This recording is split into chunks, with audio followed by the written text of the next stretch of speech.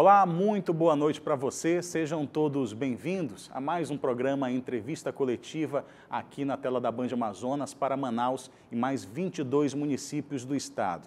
Eu sou Neto Cavalcante, editor de jornalismo aqui da emissora, me acompanha na bancada nesse programa de hoje, respeitando toda a distância necessária, como é recomendado pelas organizações de saúde, Isabela Bastos, repórter e jornalista aqui do Grupo Bandeirantes de Comunicação, e o nosso convidado do programa de hoje, que fala com a gente também de maneira remota, é o infectologista, Dr. João Hugo. Boa noite, Dr. João Hugo.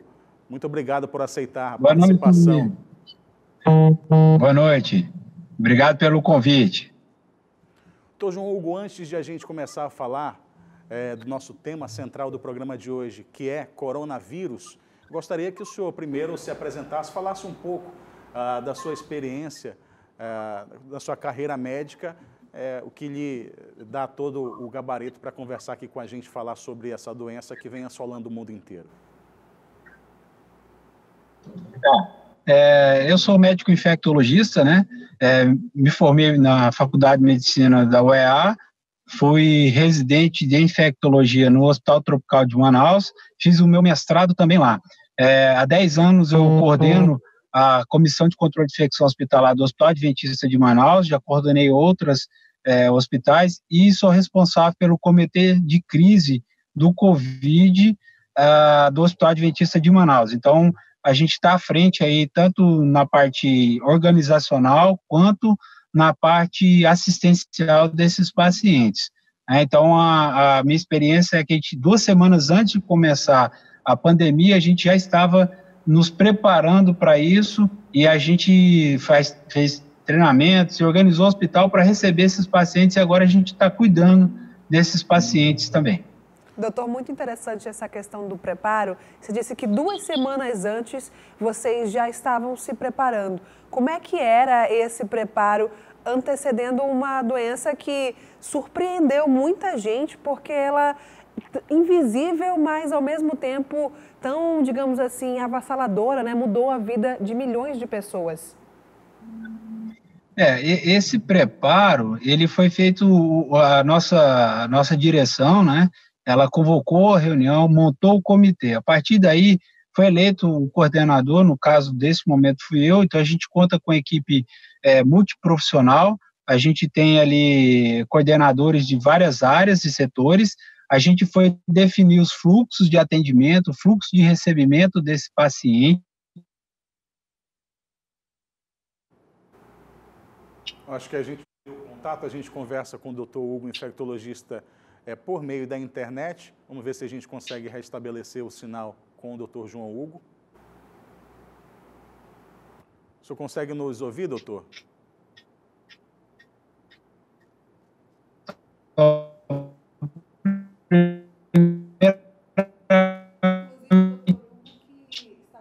Conosco, entre os atendimentos que ele tem realizado. Tão cheia é a agenda do médico. Doutor Hugo, agora acho que já pode nos ouvir. A conexão é um pouco ruim, porque ele está entre um atendimento e outro, indo para uma outra consulta com pacientes que também têm aí essa relação com a Covid-19. Desculpa, cortou um pouquinho, desculpa, caiu a ligação. Então, do jogo, o senhor estava falando dessa situação de preparação, respondendo a pergunta da Isabela.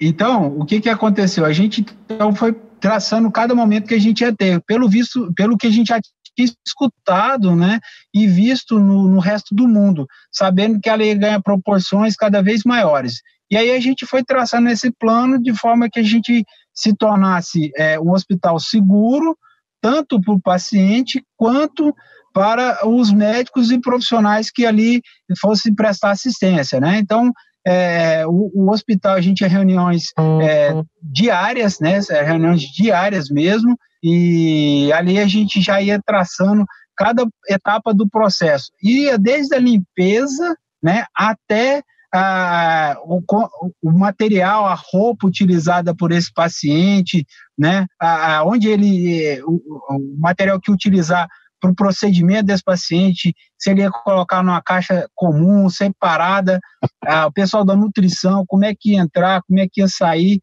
a farmácia. Então, a gente pensou em todos os meios possíveis para proteger a equipe e dar segurança na assistência do paciente. Foi um trabalho bastante intenso. E tiveram vários treinamentos de como paramentar, como tirar a roupa, para evitar contaminação. Então, assim, produtos para manter, né, a assistência do paciente, antibióticos, anestésicos, enfim, foi uma equipe bem coesa desde o começo e a gente está segurando firme lá. Doutor, aí como é que está a situação da atualização com relação ao conhecimento médico, com relação ao coronavírus, os protocolos que estão sendo aplicados no tratamento dessa doença? Como é que está essa questão das informações de acordo com as pesquisas que estão ocorrendo em todo o mundo para a gente tentar se ver livre logo dessa pandemia? O que a gente tem feito, né, a gente tem também isso, uma parte científica, a gente tem uma parceria com a Fiocruz, onde a gente consegue ali fazer alguns estudos, estamos sim conduzindo alguns estudos, né? A gente tem que ter a parte científica também, existe um grupo onde há uma revisão dos principais artigos científicos e das principais discussões que estão surgindo no país, no mundo. A gente faz isso diariamente, né? Diariamente a gente discute para justamente definir o melhor protocolo clínico. Não tem sido fácil, né? Não tem sido fácil, por quê? Porque como não se sabe muita coisa, a gente tem mudado dia após dia os nossos protocolos e as nossas condutas, porque vai se aprendendo muito, né? A gente tem a questão da hidroxicloroquina, da cloroquina, daqui a pouco é ivermectina, daqui a pouco é o anita, e aí, assim, vai saindo coisas e, às vezes, não confiáveis, né? Nada muito seguro, científico, e aí as pessoas começam a se basear por aquilo que nem estudado foi feito em laboratório, e aí é bem complicado, né? Tem a pressão família, paciente que está inseguro. Então, com relação aos tratamentos, a gente tem definido cada vez mais o grupo de risco que deve receber o tratamento mais adequado, em momento que ele deve receber esse tratamento, né? Isso a gente tem feito e ponderado com a equipe. Sobre essa questão dos medicamentos, em que ponto nós estamos de uma descoberta de um possível medicamento que diminua os sintomas ou que ajude na recuperação desses pacientes? O senhor citou vários, cloroquina, hidroxicloroquina, ivermectina, mas onde é que a gente está agora nesses estudos? Já existe algum avanço novo? Olha, estudo mesmo liberado, né? A gente teve um artigo de revisão aí dos principais estudos que saiu, acho que segunda ou terça-feira, do New England.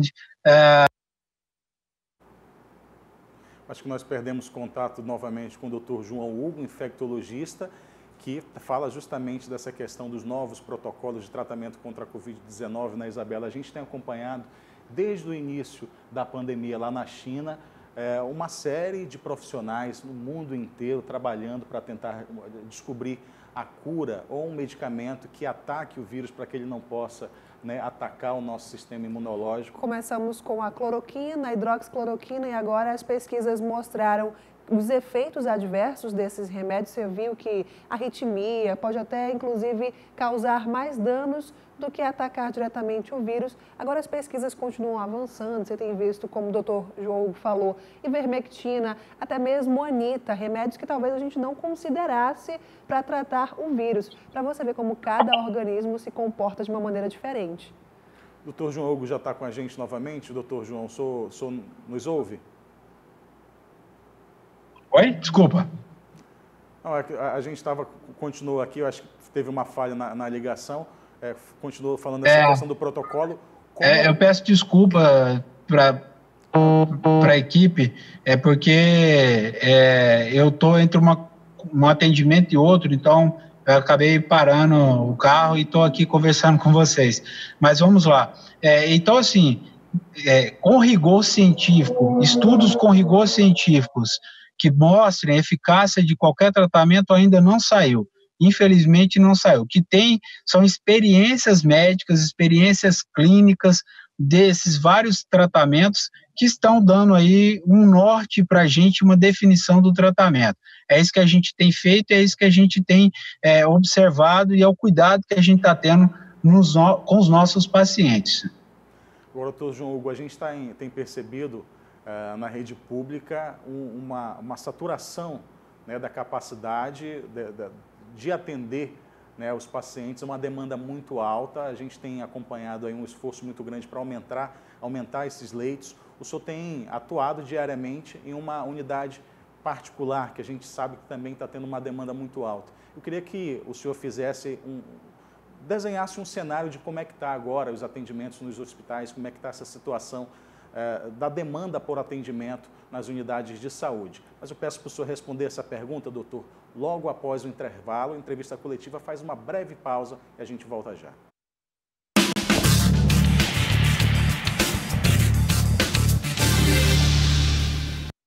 De volta com o programa Entrevista Coletiva aqui na tela da Band Amazonas. Hoje o tema é coronavírus. O nosso convidado é um médico infectologista, João Hugo.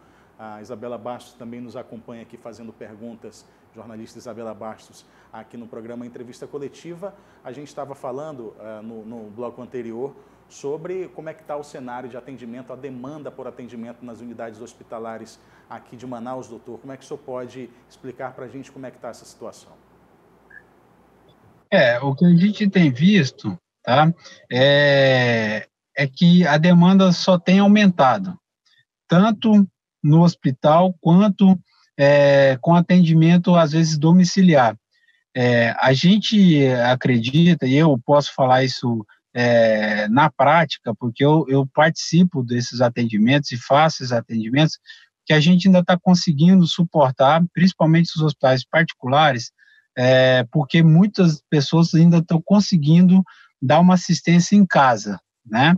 É mais ou menos aquela ideia de alugar um hotel, o hospital vai lá, aluga um hotel e coloca pacientes para ter assistência médica lá.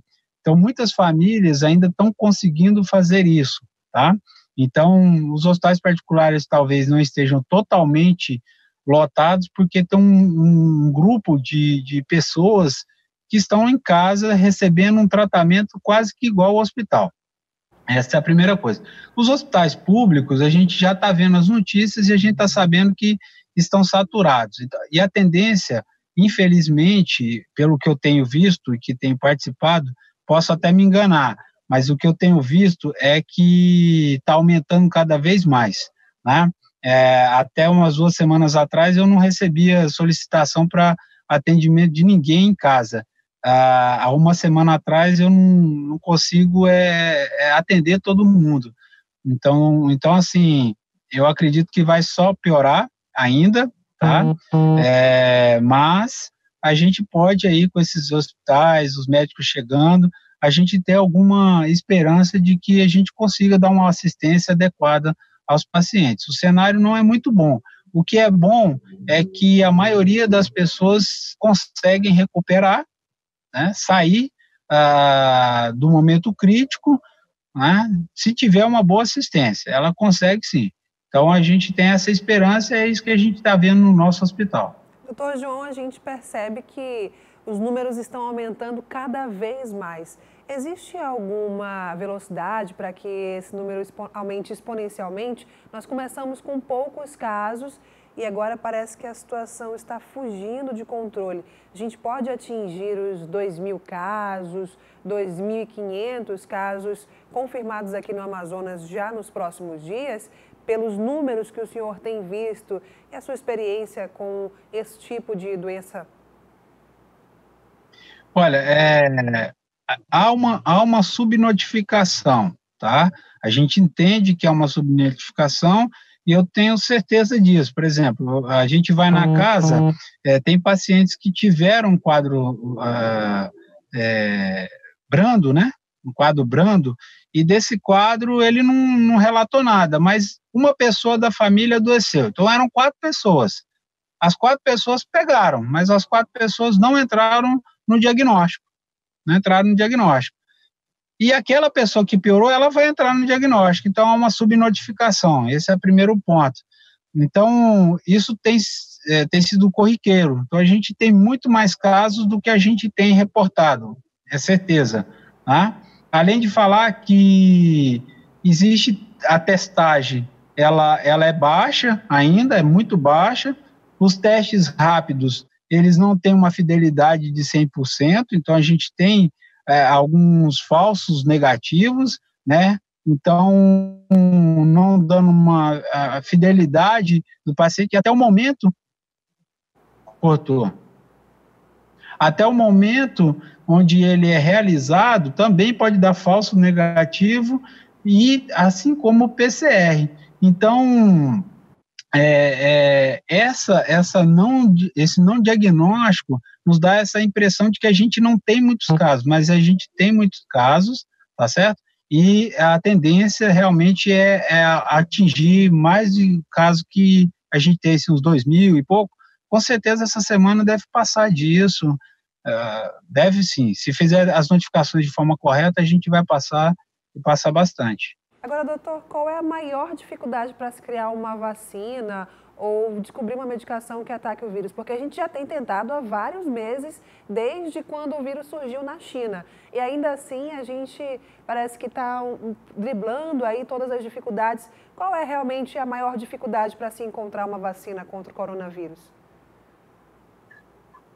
O problema da vacina é você primeiro identificar a partícula, né, o pedaço, vamos dizer assim, né, de forma leiga, do vírus que realmente cause a infecção, e que você tentar bloquear aquilo ali, ou gerar um estímulo de resposta imunológica ao organismo. Então, é aquela partícula principal do vírus que vai gerar uma resposta imunológica ao paciente.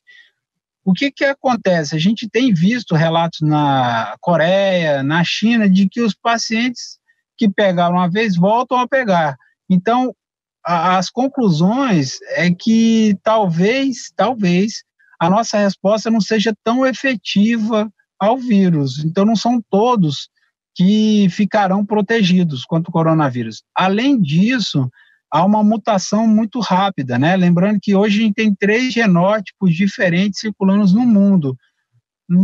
Daqui a um tempo pode ser 4, 5, a gente não tem. Então, às vezes, você criar uma vacina para hoje, para esse tipo de genótipo, amanhã seja outro totalmente diferente. Então, essa dificuldade é muito grande. E vacina para qualquer vírus, ela é difícil.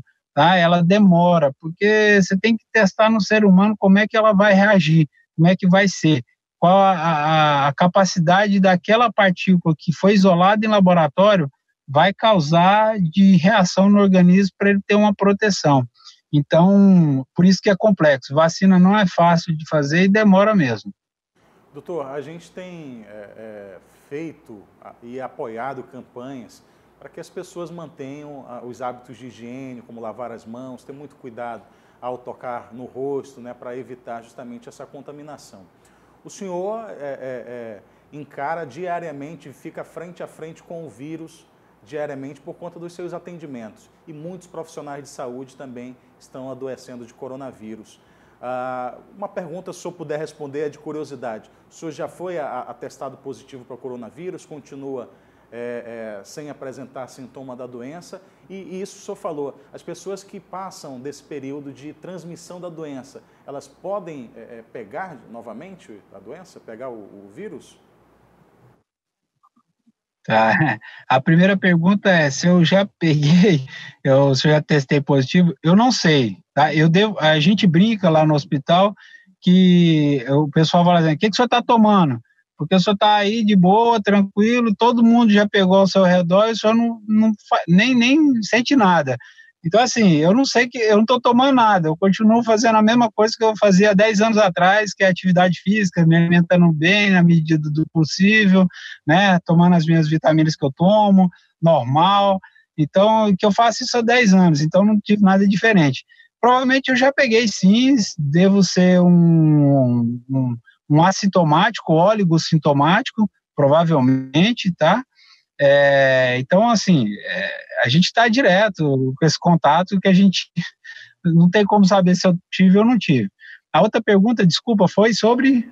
Sobre a questão de quem já passou, né, pelo vírus, já enfrentou, já teve atestado positivo, gera um número de uma pessoa fora do período de transmissão, porque já passou, né, pelo período de incubação, manifestação, enfim. Essa pessoa que está fora do período de transmissão, ela já está livre para circular ou ela pode ainda ser acometida mais uma vez da doença de ser infectada com o vírus? Essa é a resposta de $1 milhão de dólares, Então, se eu tivesse, olha, eu vou te... todo mundo, né? Então, hoje eu recebi essa pergunta pelo menos umas 4 vezes. E aí eu pensei, falei, o que eu vou falar, né? A gente está seguindo o período de quarentena. 14 dias após o diagnóstico da pessoa, a gente libera essa pessoa. Eu já fui em condomínios, em casas, em pacientes que depois de 14 dias já testaram positivo. Saber se isso vai ser para todo mundo, quais pessoas, realmente vai ser difícil, tá? Então, assim, eu brinco, mas é verdade, né? A gente vai pegar, né? Não é igual aquele prefeito lá daquele vídeo que viralizou, mas todo mundo vai pegar uma hora. Acreditamos e temos certeza que 80% será a forma branda, oligoassintomática, né? Então, doutor... Mas não tem como... Cortou, né? Não tem como a gente saber se essa pessoa vai ser portadora ou não, a não ser testando, mas a maioria que nós retestamos por achar que era assintomática, a gente viu que era negativo. Doutor, o nosso tempo está chegando ao fim, quero agradecer a sua participação, agradecer também a Isabela Bastos e pedir então para o senhor fazer as suas considerações finais, dando dicas à população e dando orientações para quem está em casa, se deve continuar em casa, aquela pessoa que está louca para voltar ao mercado de trabalho, para conseguir levar o alimento para casa. Qual é a recomendação sua como médico infectologista? A recomendação que eu tenho feito diariamente, tá? Para todos, tá? Para todos. Primeira coisa, a gente tem que pensar que 80% dos casos, eu volto a repetir, 80% dos casos eles serão brandos. A população entrou num pânico que a gente está difícil lidar com isso, né? É difícil até para a gente médico. A gente tem que trabalhar tanto o psicológico como tratar as pessoas clinicamente. Então, tem que ter muito cuidado, né? Muito cuidado. 80% vão passar bem. Quem é que a gente precisa ter cuidado, né? É outra coisa. É o paciente. A gente identificou um grupo de risco no Amazonas, acredito eu, tá? É o paciente obeso, acima de 45, 50 anos, com comorbidade, diabético, hipertenso. Então, o homem especificamente na nossa região parece ser mais acometido. Então, essa pessoa, quando sentir falta de ar, o que é a falta de ar que todo mundo fala? Dá um exemplo clássico. O cara andava ou subia aquela escada que ele sempre subiu na casa dele. Ele sobe e cansa no meio, isso é uma falta de ar. Então, esse paciente merece uma avaliação médica. Se você não está sentindo isso, não vá ao pronto-socorro, não precise ir ao pronto-socorro. A doença vai passar. Ela vai passar, ela tem as suas fases, são 2 fases críticas principalmente, e ela vai passar, você vai conseguir superar isso, tá certo? Agora, quem está com falta de ar, esse deve procurar o pronto-socorro. Então, a mensagem se ficar não vai todo mundo, 80% não vai ter quase nada, as crianças não têm, difícil ver criança, a gente teve 3 crianças até agora internadas, e foram embora também tranquilo, nem na UTI passaram, tá certo? O homem obeso tem que tomar cuidado e só vá ao pronto-socorro se você sentir falta de ar de verdade. Então, você vai lotar e a gente vai deixar de dar assistência para quem precisa, porque você está lá simplesmente porque você está ansioso, com pânico, tá? E notícia é que a gente está dando alta todo dia de paciente no nosso hospital, não só nosso, vários, Então a gente tem vencido bastante essa guerra aí e vamos dar certo, e vai dar certo. Vai dar certo, vai passar, a gente não tem dúvida disso. Mais uma vez, obrigado, Isabela Bastos. Doutor, obrigado também, obrigado pelas palavras de otimismo aí no final, essas notícias boas que nos enchem de esperança de que isso tudo logo vai passar e de que muita gente vai ficar sentindo a falta de alguém, vai perder alguém. Com certeza, estamos vivendo uma guerra, o inimigo é invisível, mas tem que ter esperança de que tudo isso vai passar e a gente vai voltar logo ao normal. Muito obrigado, doutor João Hugo, pela participação, viu? Eu que agradeço, um forte abraço. E o Entrevista Coletiva fica por aqui. No próximo domingo estaremos de volta aqui com mais um convidado, mais jornalistas aqui na nossa bancada para fazer perguntas que você quer ouvir aí em casa, aqui em Manaus, em todo o interior do estado. Uma boa noite para você e até o próximo domingo.